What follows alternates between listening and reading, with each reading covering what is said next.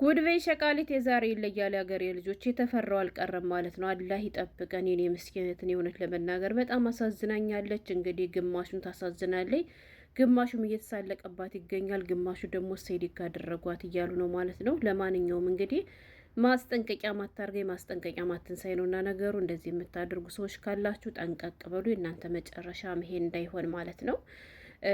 በዚህ አጋጣሚ እኔ እውነቴን ነው ብላችሁ የሌላ ሀገር ወንድ እንደው ከሚስምኝ የሀገሬ ልጆች ቢነክሱኝ ይሻለኛል። ወላሂ እኔ ከምሬ ነው ብላችሁ ብዙ ጊዜ ቪዲዮ ላይ በረከታችሁ ይደርብን የሌላ ሀገር ዜጎች ያገቡ ምናምን የሚለው እኔ ቀልዴን ነው እንጂ አይደለም። የሌላ ሀገር ዜጋ ይቅርና የሌላ አካባቢ ወንድ እንኳን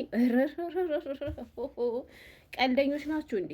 እና በዚህ አጋጣሚ እያንዳንዱ የኢትዮጵያ ወንድ ባል መሆን አይችልም፣ የኢትዮጵያ ወንድ እንደዚህ ነው፣ የኢትዮጵያ ወንድ እንደዚህ ነው እያላችሁ ለሀገራችሁ ልጆች አቃቂ እያወጣችሁ ማለት ነው አሻቅባችሁ እየተመለከታችሁ ሌላ ዜጋ ጋር ሂዳችሁ የምትጣበቁ የእናንተ መጨረሻ ይሄ እንዳይሆንባችሁ ጥንቃቄ አድርጉ። ነቃ ብላችሁ ልጆቻችሁን ያዙ ማለት ነው።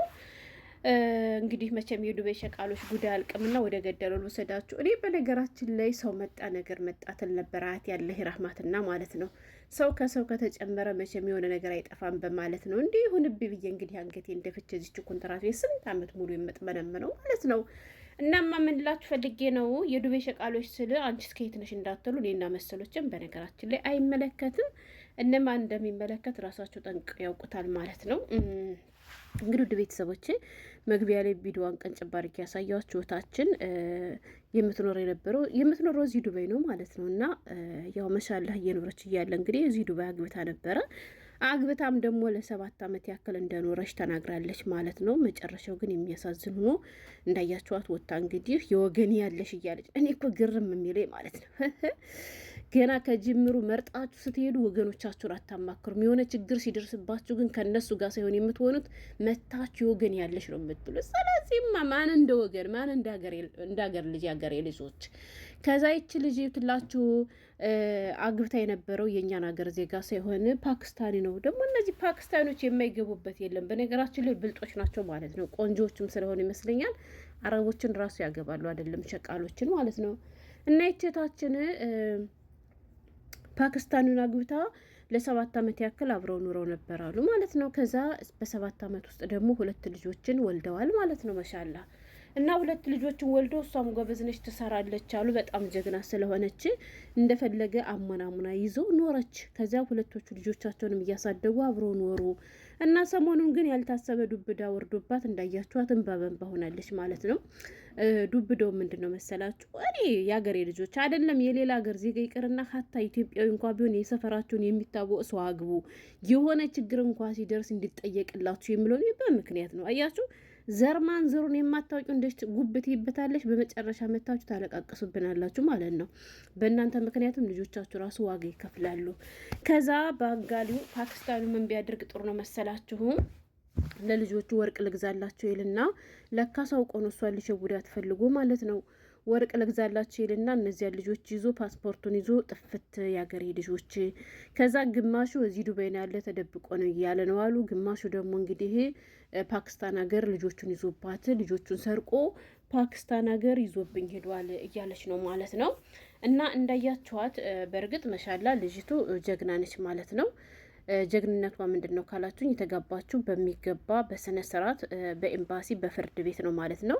በሚገባ ኒካህ አላት። የፍርድ ቤት የኤምባሲ ወረቀት ማስረጃ አላት። መግቢያ ላይ እንዳያችኋት እንግዲህ ወረቀቷን እያሳየች ነው ማለት ነው። እናም ያንን ወረቀቷን አሳይታም የሰም ያለሽ የወገን ያለሽ ድረሱልኝ፣ መሀል ሜዳ ላይ ቀረችላችኋለሁ። እኔ እናንተ እህት አይደለሁም ወይ?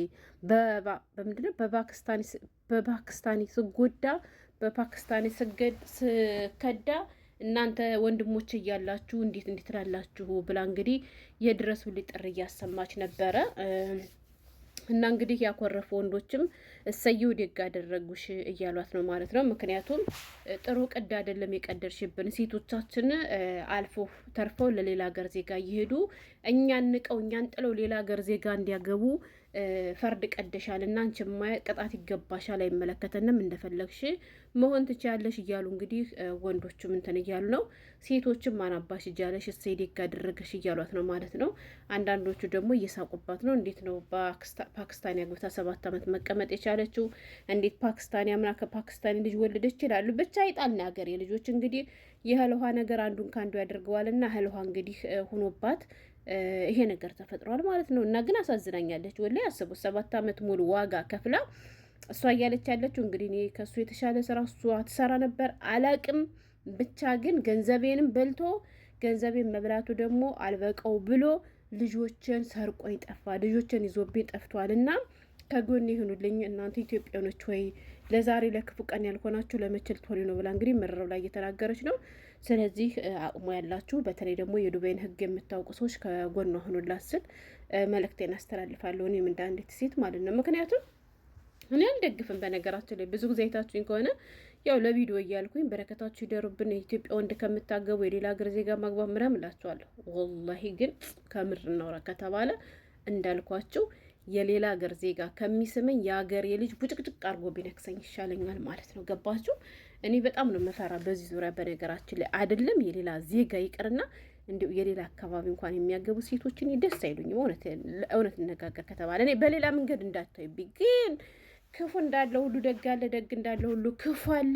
አይበለውና ነገ የሆነ ነገር እንኳ ቢፈጠር ቤተሰብ ከቤተሰብ የሚተዋወቅ የአንድ አካባቢ ሰው የሆነ በሽማግሌም ሆነ ምንድነው በህግ የሆነ ነገር ሲደርስ ማስጨረስ የምችሉት መከታተል የምችሉበትን ሰው የአካባቢያችሁን የምታውቁትን ሰው አግቡ ነው የምለው እኔ ሴቶችዬ ማለት ነው እንጂ የሌላ ሀገር ዜጋ እየሄዳችሁ አትለጠፉ።